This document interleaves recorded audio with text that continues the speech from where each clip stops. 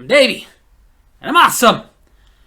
And welcome to Davy's Awesome Wrestling, where I review wrestling-related things all from the perspective of a fan, not an insider. And this last weekend was WrestleMania 38, what they were hailing as the most stupendous WrestleMania ever. It wasn't, but I will give them this. It wasn't as bad as I thought. Let's get into this. Night 1 kicked things off with the SmackDown Tag Team Championship title match between the challengers, Shinsuke Nakamura and Rick Boogs, and the defending champions, the Usos. It was okay. There was a little back and forth and everything, but the only reason I actually cared about this match is because I did not want Rick Boogs and Shinsuke Nakamura to win. As far as Rick Boogs goes, I'm sorry, but I'm unimpressed. He just kind of comes off as a doofus to me. Skills just okay, not great. And ultimately, I don't like him tagging up with Shinsuke Nakamura because I feel like Shinsuke Nakamura needs to stop going after tag team titles and needs to start going back after the singles titles, the championship title, if you will. It's been long overdue. And if WWE doesn't shape up, he's going to quietly walk away just like Cesaro. So I will say I was happy when the Usos retained their title using a 1D, 3-day, and pinning Nakamura. I'm not, however, happy that apparently Rick Boogs did get injured legit in the match.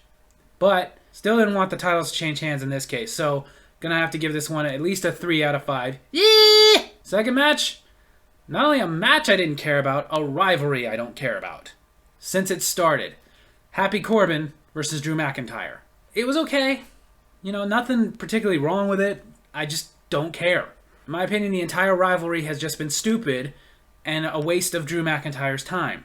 The only thing I liked about this match was that Drew McIntyre did pick up the win, and hopefully this means that he can move on for something worthy of Drew McIntyre, because this hasn't been it. He should be going after the championship or something. So really, since I just really don't care about this match, I'm going to have to give it a 2 out of 5. The third match, the Mysterios challenged the team of Logan Paul and The Miz. There wasn't much about this match that I really cared about. I will say I like that Dominic came out in the garb that was resembling Eddie Guerrero in the time that he was in Los Gringos Locos. But other than that, there's nothing I was really impressed by. I'll give you this. Logan Paul was better than I thought he would be. But then again, my expectations of the guy weren't really high. I honestly didn't even know who he was until he started doing this stuff with WWE. Yeah, I didn't really care about this match. I get that they got to throw in some celebrity gimmick matches at every WrestleMania for some reason. But whatever.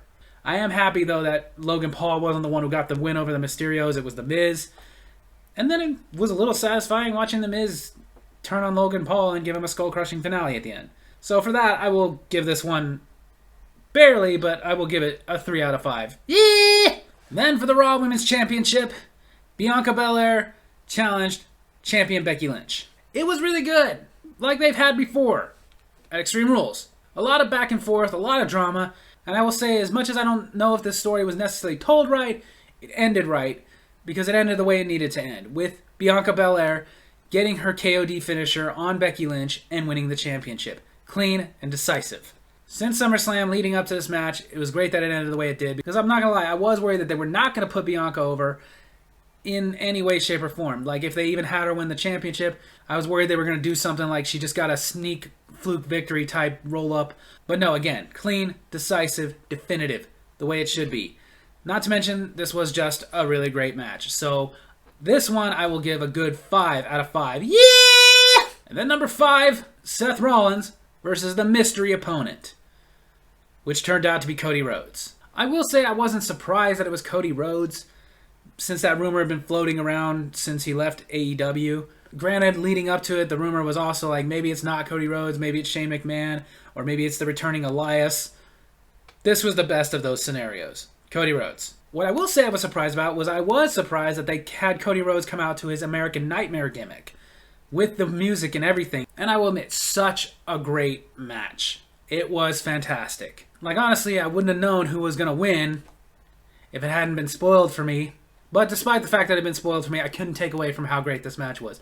Which is to be expected. It's Cody Rhodes, it's Seth Rollins. Those two can have great matches with anybody. After a ton of hard-hitting action, 3 crossroads, with a bionic elbow mixed in there, Cody Rhodes did get the win on his re-debut in WWE. I was really happy about this match. I'm really happy that Cody Rhodes was there. However, what I am a little bit worried about is career-wise, I don't know if this was a good move for Cody Rhodes. He'd went on the independents, he'd shown that he can get over no matter where he is, and he did some amazing things. He was very instrumental in the All-In pay-per-view.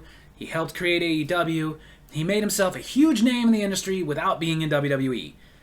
However, at this point, not sure WWE can promote him well because lately it doesn't seem that Vince McMahon knows how to promote a cup of coffee.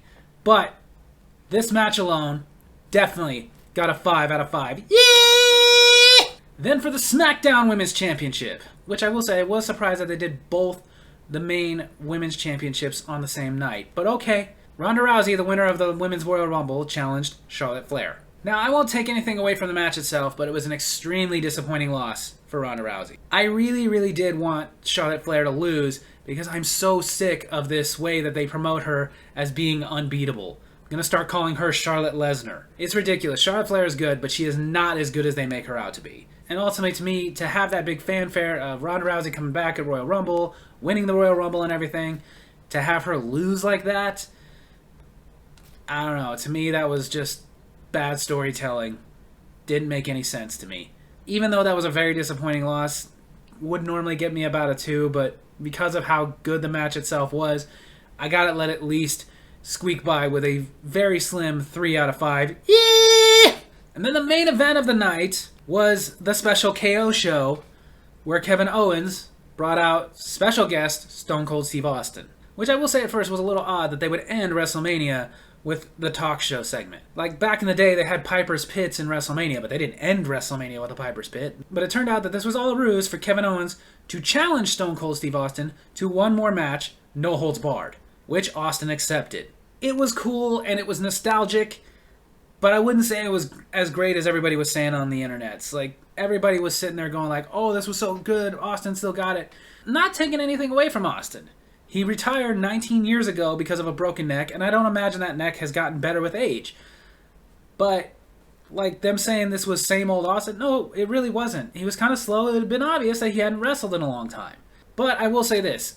Austin won, and him being in this match for one more match alone was enough to guarantee that no matter who had won, no matter how good it was, there was no way I could give this one less than a solid 3 out of 5. Yeah! Then night 2 opened with Triple H coming out to some fanfare so that he could ceremonial leave his boots in the ring, indicating his retirement from the ring, which he has already announced, just not live publicly, that he's not going to be wrestling in the ring anymore because of his heart conditions he had this year. So thank you, Triple H, for everything you did. Now hopefully you can go backstage and start running things again so we can get some decent freaking stories going. Then the first official match of the night for the Raw Tag Team Championships, the Triple Threat, RK Bro putting their titles on the line against the Street Profits and Alpha Academy. It was okay. You know, it had 2 great teams and RK Bro, but I so badly was like, please, can we have them lose the tag team titles and split up already? I'm sick of this ridiculousness. I don't get why they're pushing the ridiculous tag teams of RK Bro and Shinsuke and Boogs when they've got so many tag teams in NXT and NXT UK they could bring up and have some legitimate tag team competition with. Heck, even on the main roster, they got some legitimate tag teams they're doing nothing with. Yeah, I like them.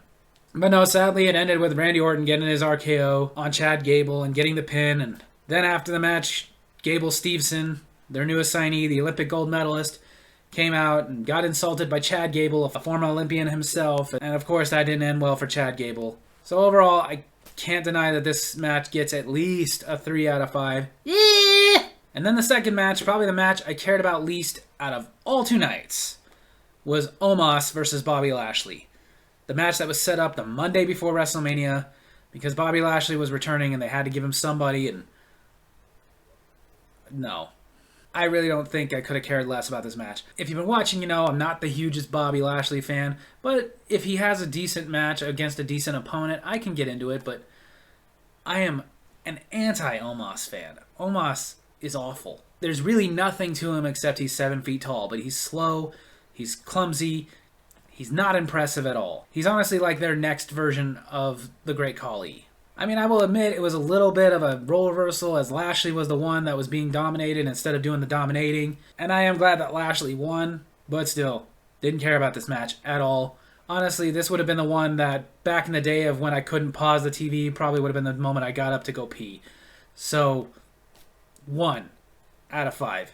The third match, Sami Zayn versus Johnny Knoxville from Jackass. I wouldn't say it was a good match, but it was definitely entertaining. It was anything goes, which meant that you knew hijinks were going to ensue. And it even had some of the other Jackass casts, like Party Boy and Wee Man made an appearance. And the finish was even Jackass-like because Johnny Knoxville got the pin by catching Sami Zayn in a giant mousetrap.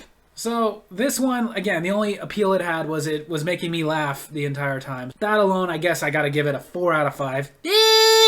And then, for the Women's Tag Team Championships, a Fatal 4-Way. Naomi and Sasha Banks versus Liv Morgan and Rhea Ripley versus Shayna Baszler and Natalya versus the champions, Carmella and Queen Zelina. It was good, but a little chaotic, and again, I don't really feel it was built up that much, and honestly, I'm feeling like the Women's Tag Team Championships is a failed experiment. I really do.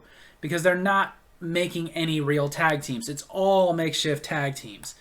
I.e. this match. None of these were real tag teams. When it first started, we had some real tag teams. We had the Boston Hug Connection, who were the first tag team champions.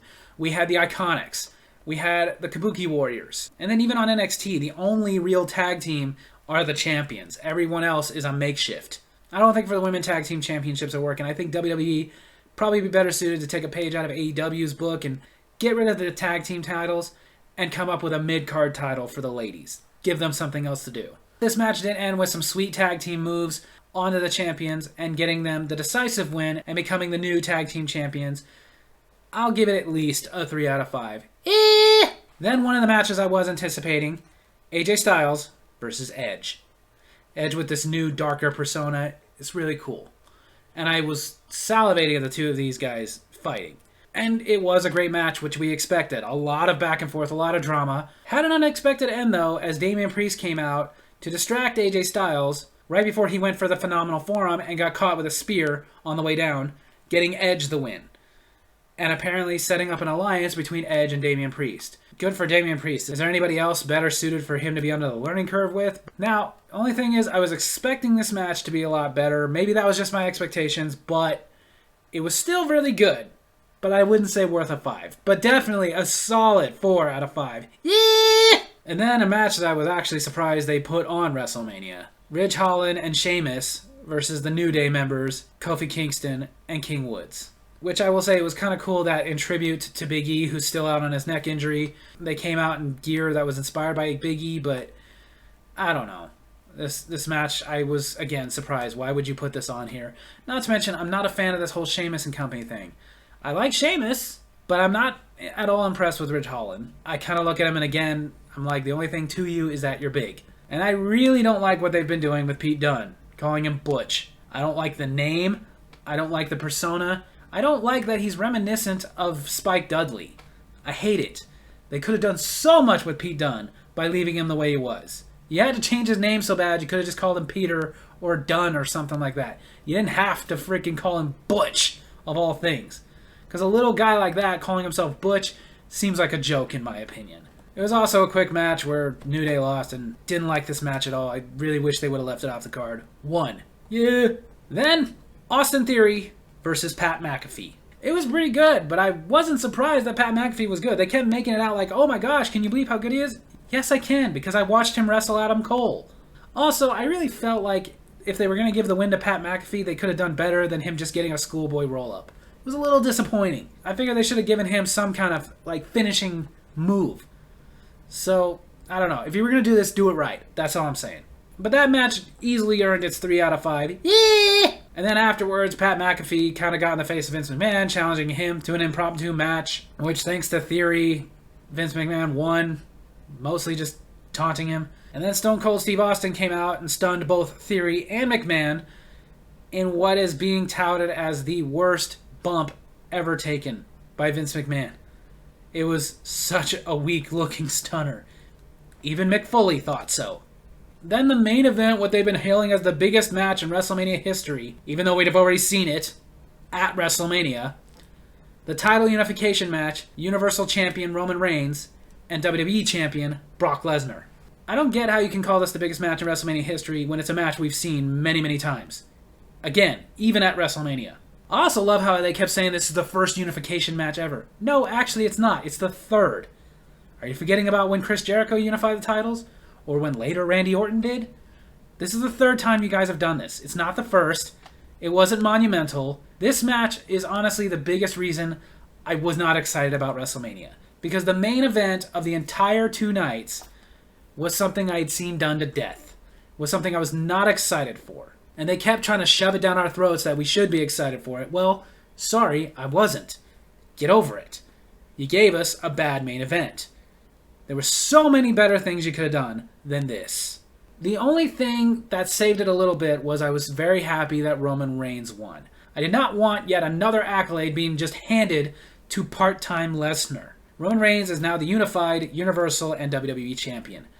Good for him.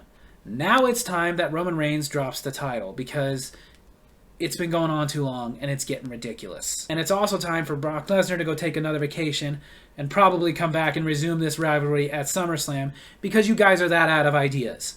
But like I said, the fact that Lesnar didn't win was enough for me to squeak out a 3 out of 5. Yeah! So WrestleMania 38 overall was okay. Mostly 3s, a 2, a 1, couple of 4s and 5s, not gonna lie. But kind of like last year's WrestleMania where there were a couple of 5s, didn't make up for the fact that most of it was not very exciting, not stuff I wanted to see, not matches that I was really invested in, and just really didn't give a crap. All the way up to and including the main event. Didn't give a crap. Except for I didn't want Brock Lesnar to win. That's the only thing I had invested in that match. Otherwise, I didn't care. Most of the matches on the card, I didn't care. Like, I did not care even a little bit about Lashley versus Omos. I did not care even a slight bit about Holland and Sheamus versus The New Day. Didn't care about Happy Corbin and Drew McIntyre. Except that I'm hoping that this means that that rivalry's done. There were a couple of highlights. The AJ Styles and Edge match was very entertaining. Not to mention the Cody Rhodes and Seth Rollins match. In my opinion, was probably the match of the entire show. But again, I really felt all the promotion leading up to WrestleMania was incredibly lackluster. I felt the matches put together were incredibly lackluster.